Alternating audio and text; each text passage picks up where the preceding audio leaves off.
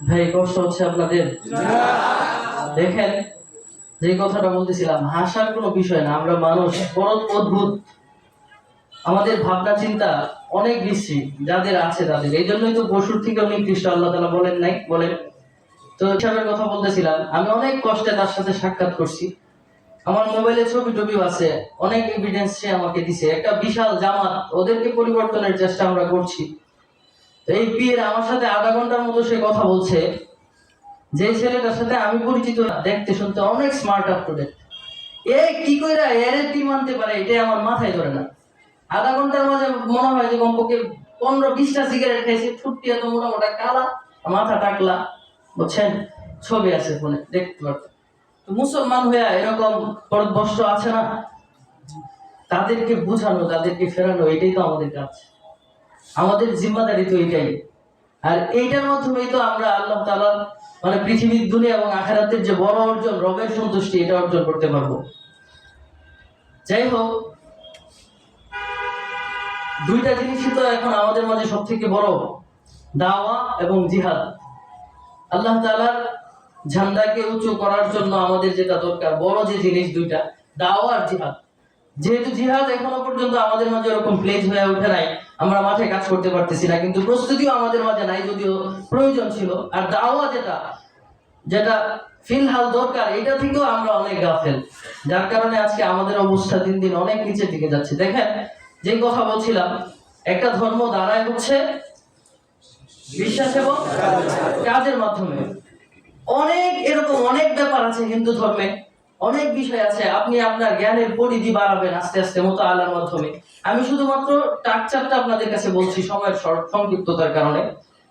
বৌদ্ধ ধর্ম আপনার নিজের বিবেকই বলে দিবে এই বিশ্বাস যেখানে আছে এই ধর্ম সঠিক হতে পারে না। হিন্দু ধর্মের টুটা ফাটা যতটুকু আপনাদের কাছে বললাম, এই ধর্ম কি হতে পারে ভাই বলেন? সত্য ধর্ম হতে পারে? এই বিশ্বাসগুলো আমরা কোত্থেকে পেয়েছি? আকাশ থেকে পেরে নিছি নাকি তাদের ধর্মীয় গ্রন্থ থেকে? তাদের ধর্মীয় গ্রন্থ থেকে। ঠিক তেমনি ভাবে হিন্দু ধর্মে অবাক করা ব্যাপার, এমন একজন মহিলা আছে, আপনারা যদি কখনো নেট ইউজ করার সুযোগ হয়, দরকার নাই, যদি হয় আর কি, সার্চ দিয়ে দেখবেন, দ্রৌপদী নামে একজন মহিলা আছে। তাদের ধর্মে একজন পূর্ণবান সতী সাধবী নারী দ্রৌপদী। এই দ্রৌপদী সতী সাধবী কিভাবে? এক মহিলা, সে দেবী, তার 5টা সন্তানকে পাঠাইছিল শিকার করার উদ্দেশ্যে। বলে দিছিল যে বাবা যা পাবা সব 5 ভাই ভাগ করে নিবা। তারা যখন জঙ্গলে গেছে, তখন এই দ্রৌপদী নামে এই মেয়েটাকে পাইছে, অনেক সুশ্রী সুন্দরী নারী, ওরই ধরে নিয়ে আসছে 5 ভাই। আয়েশা আমাকে বলতেছে, মা আমরা তো শিকার নিয়ে আসছি, শর্ট করে বলছি, ওখানে ভিডিও আকারে সবকিছু দেখায় এবং তারা ওগুলো দেখে এবং এগুলোকে তাদের কি বলে ধর্মীয় বিধান মনে করে, ধর্মীয় বিশ্বাস মনে করে। এরপর তার মা কাজ করতেছিল, ওইদিকে ফিরাই বলতেছে যা পাইছো ভাগ করে নাও। তখন কি করবে? এরপরে তার মা পিছনে ফিরে দেখে যে হ্যাঁ হ্যাঁ কি করলাম, এক মেয়েকে 5 ভাইকে ভাগ করে নিতে বললাম, এটা বলে জিহ্বার কামড় দেয়। তাদের অনেকগুলো মূর্তির মাঝে জিহ্বায় কামড় দেখবেন, এগুলো এই ধরনের বিভিন্ন কিছু কারণে তাদের এই কামড়গুলো, ঠিক আছে? তখন ওই যে কথা, হাকিম লড়ে তো হুকুম লড়ে না, মা যেটা বলছে বলছে, বাস 5 ভাই পরে এই মেয়ের সাথে তাদের ঘর সংসার।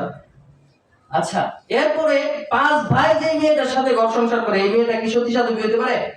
কোন দৃষ্টিকোণ থেকে এটা সতী সাধবী হবে? এরপরে তাদের মধ্যে কি এটার আমল আছে? তাদের ধর্মে এমন আছে কি?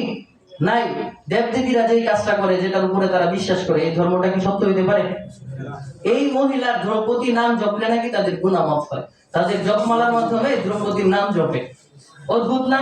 দেখেন, আফসোসের ব্যাপার হচ্ছে ওরা বুঝে না, ওদেরকে কেউ বলেও না, ওদেরকে কেউ জানায়ও না। আজকে আমাদের মাদ্রাসায় আলহামদুলিল্লাহ এত উঁচা হবে এফিডেভিট অল্প কিছুদিনের মধ্যে। যদি কাঠগুজারি বলা হয় অবাক হবেন। মধুপুরে আগে 50-60 কেজি গোস্ত যদি কুরবানির সময় পাঠানো হইতো, তাইলে হয়ে যেত নমুসলিমদের কাছে 1 কেজি করে গোস্ত দেওয়া যেত। আলহামদুলিল্লাহ এখন 2টা গরু জবাই করলেও দেখা যায় এফিডেভিট দেখা দেওয়া হয়, দেখা যায় যে শেষ হইতে চায় না। আমাদের ময়মনসিংহ সদরে আলহামদুলিল্লাহ অনেকগুলো পরিবার আছে, অধিকাংশ স্কুল কলেজ ভার্সিটির ছেলেমেয়েরা ইসলামের পথে আসতেছে। সময় বেশি হয়ে যাচ্ছে, আর অল্প কয়েক মিনিট। দেখেন, একটা ধর্ম বিশ্বাস এবং কাজের মাধ্যমে দাঁড়ায়। বৌদ্ধ ধর্মের বিশ্বাস এবং কাজ নিয়ে যদি আমরা এখন আলোচনা করি, হিন্দু ধর্ম, বৌদ্ধ ধর্মের আলোচনা করলাম, হিন্দু ধর্মের আলোচনা করলাম, এখন আমরা যদি বৌদ্ধ ধর্মের মাঝে আসি, শুধুমাত্র শিরোনামটা বলবো, ব্যাখ্যা বিশ্লেষণে আসা যাবে না। বৌদ্ধ ধর্মের বিশ্বাস হচ্ছে তৃতীয়বাদ, তিন খোদা নিয়ে তারা বিশ্বাসী হয়। সৃষ্টিকর্তা খ্রিস্টান ধর্মের কথাই বলছি না, খ্রিস্টান ধর্ম যেটা, তিন খোদা যদি হয় এটা তো আপনারাই বুঝতে পারবেন নিজাম কতটা পরিবর্তন হবে, এটা সম্ভবই না। এরপরেও তাদেরকে তারা তিন মিলে এক বলে, আবার এক এক এক সমান সমান তিন হয় না, না তাদের কাছে এক।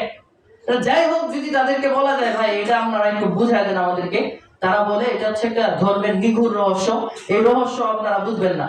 আরো অনেক কিছু বলে যে আপনাদের ধর্মে যেরকম আছে না লা ইউমিনু আহাদুকুম, মানে লা ইউমিনু আহাদুকুম রে তারা আদুকুম বলে, এ ধরনের যে ঈমান পরিপূর্ণ নাই, যে আমাদেরও ঈমান, যাদের ঈমান পরিপূর্ণ না তারা এই নিগূঢ় রহস্যটা বুঝে না। তিন মিললে এক, এক মিললে তিন, এক মিললে কেমনে এক হয়, এটা বলে নিগূঢ় রহস্য। আচ্ছা, রহস্যের মাঝে রাখেন। এরপরে তাদের ধর্মের মধ্যে আছে যীশু খ্রিস্ট যে শুলিতে জড়া রয়েছে, এটা তাদের ধর্মের একটা বিশ্বাস। প্রায়শ্চিত্তবাদ, অর্থাৎ যীশু খ্রিস্টের ব্যাপারে যারা বিশ্বাস রাখবে এবং তাকে নাজাতদাতা মনে করবে, যীশু খ্রিস্ট তার জন্য তার পূর্বপর যত গুনাহ আছে, পাপ আছে, সব সে শুলিতে চড়ার মাধ্যমে নিয়ে গেছে, এমনটা বুঝাবে, এবং পরকালে সে মুক্তিপ্রাপ্ত হবে। অনেক সময়ের ব্যাপার, শর্টকাট বলা যাবে না। এরপরে ঈসা আলাইহিস সালামকে তাদের পুত্র মনে করে, আল্লাহর পুত্র মনে করে। এরপর হচ্ছে তাদের গির্জায়, তাদের চার্চদের কাছে তারা যায়, সেটা অর্থের মাধ্যমে তাদের গুনাহ মাফ করায় আনতে পারে। টাকা পয়সা দিবে চার্চে যায়, যে আমি এই গুনাহ করছি, এই টাকাটা দিলাম, মাফ করে দেন। চার্চের প্রধান যে সে মাফ করে দিতে পারে, এগুলো বাস্তব। তাদের বৈবাহিক যে অবস্থা, একটা মেয়েকে 5 বছর 6 বছর 7 বছর একসাথে বিয়ে ছাড়া তারা থাকবে, বাচ্চা কাচ্চা হইতে পারে, কোনো ঝামেলা নাই, এটা তাদের ধর্মীয় বিশ্বাস। এরপরে তাদের যখন অবস্থান আসবে, একজন আরেকজনকে বুঝতে পারবে, জানতে পারবে যে না, এখন আমরা যদি বিবাহ বন্ধনে আবদ্ধ হই, একসাথে চলতে পারবো, থাকতে পারবো, কোনো সমস্যা নাই, তখন তারা বিবাহ করবে। ওই যে মেসি আছে না, লিওনেল মেসি বলে যে তার 8 বছরের 1 বছরের বাচ্চা আছে একটা, আর একটা মনে হয় ছোট, একটা না দুইটা বাচ্চা, বয়স যখন 8 বছর হয়ে গেছে, এরপরে তারা যে সেটা ডিসাইড করছে যে এখন আমরা এতদিনের চলাচলের পরে বুঝতে পারলাম যে আমরা কি করতে পারবো, একসাথে সংসার করতে পারবো। এরপরে যে সে বিয়ে করছে, বুঝছেন, সে আপনার কি বলে স্বতঃসিদ্ধ ব্যক্তি দেখে বুঝাইতে সহজ হয়েছে, সে হচ্ছে কি খ্রিস্টান ধর্মের। তো দেখেন শর্টকাট এই যে অবস্থাগুলো। এরপরে বাইবেল যদি পড়েন, এখানে এত বিশ্রী বিশ্রী কিছু ঘটনা উল্লেখিত আছে। শ্বশুর তার পুত্রবধূর সাথে শ্রীলতাহানি, তারপর হচ্ছে নবীদের ব্যাপারে নাউজুবিল্লাহ মিন যালিক। একজন নবী লূত, যাকে বলে আমরা লূত আলাইহিস সালাম, তারা বলে লূত আলাইহিস সালাম, লূত বলে যে লূতের ব্যাপারে বলা হয় তার ছোট বড় দুইটা মেয়েকে সে গর্ভবতী করছে, নাউজুবিল্লাহ মিন যালিক। বাবার দ্বারা মেয়েরা গর্ভবতী হয়েছে, নাউজুবিল্লাহ। এরকম ঘটনা যে বইগুলোর মাঝে আছে, বললাম না আপনাদের সাথে যদি আমাদের ধারাবাহিকতা থাকে, তাহলে আপনারা এই ধর্মতত্ত্ব বিষয়গুলো তাদের এই বইগুলো সহ, রেফারেন্স গুলো সহ বুঝতে পারবেন। আচ্ছা দেখেন, যতটুকু টুটাফাটা আলোচনা করলাম খ্রিস্টান ধর্মের ব্যাপারে, এই বিশ্বাসগুলো এবং এই বিষয়গুলো যে ধর্মের মাঝে আছে, এই ধর্মটা কি সত্য সঠিক ধর্ম হতে পারে? অপর দিক থেকে ইসলামের মতো এত সুন্দর একটা ধর্ম থাকতে, এমন একজন আদর্শবান ব্যক্তির মাধ্যমে আসছে, যার জীবনে কি বলে নাই, কোনোদিন মিথ্যা কথা বলে নাই, আমানতদার ছিল। এরপরেও কোরআনের শুরুতে আল্লাহ তাআলা বলছেন যালিকাল কিতাবু লা রাইবা ফি, এর মধ্যে কোনো ধরনের সন্দেহ নাই। আমাদের বড় মসজিদে 18 ধরনের বাইবেল আছে, এবং এক একটার মাঝে এক এক ধরনের অমিল আছে। কোরআনের মাঝে কি কোনো ধরনের অমিল বেমিল পাওয়া যাবে বলেন? কোন ধর্মের কোন গ্রন্থের শুরুতে এমন কথা নাই যে এর মধ্যে বিন্দু পরিমাণ সন্দেহ নাই।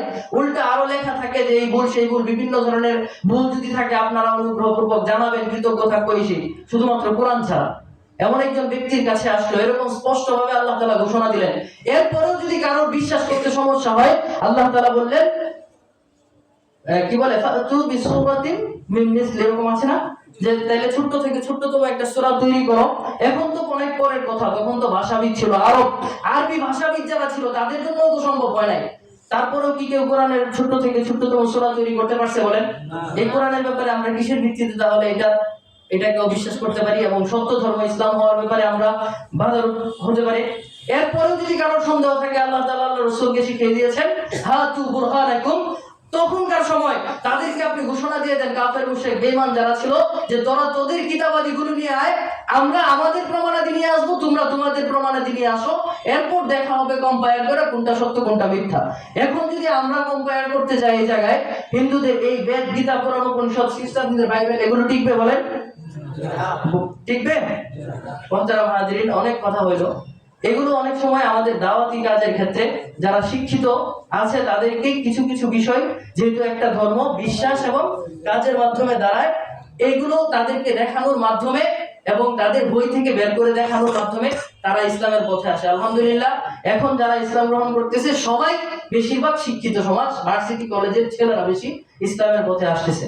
মোহতারাম মুহাজিরিন, আমরাও যদি এই পথে আবার আরেকটু মেহনত করি এবং এই জায়গায় নিরলস মেহনত যদি করা যায়, সামনে আমাদের দুইটাই টার্গেট, একটা হচ্ছে দাওয়াত আর একটা হচ্ছে জিহাদ। এই দুইটা ছাড়া ইসলামের উন্নতি কোনোদিনও আসবে না। প্রাথমিক প্রথম লেভেল হচ্ছে দাওয়াত। উস্তাদজিদের কাছে আমরা আশা রাখবো, আপনাদের যদি ইচ্ছা থাকে, আপনাদের প্রত্যেক মাসিক যে সেমিনারে যদি আমাদেরকে একটু একটু করে সময় দেওয়া যায়, আমরা যদি কিতাবাদি নিয়ে আসি এবং এই বিষয়ে যদি ধারাবাহিকতা রক্ষা করে আগায়, এটা কি হতে পারে ভাই?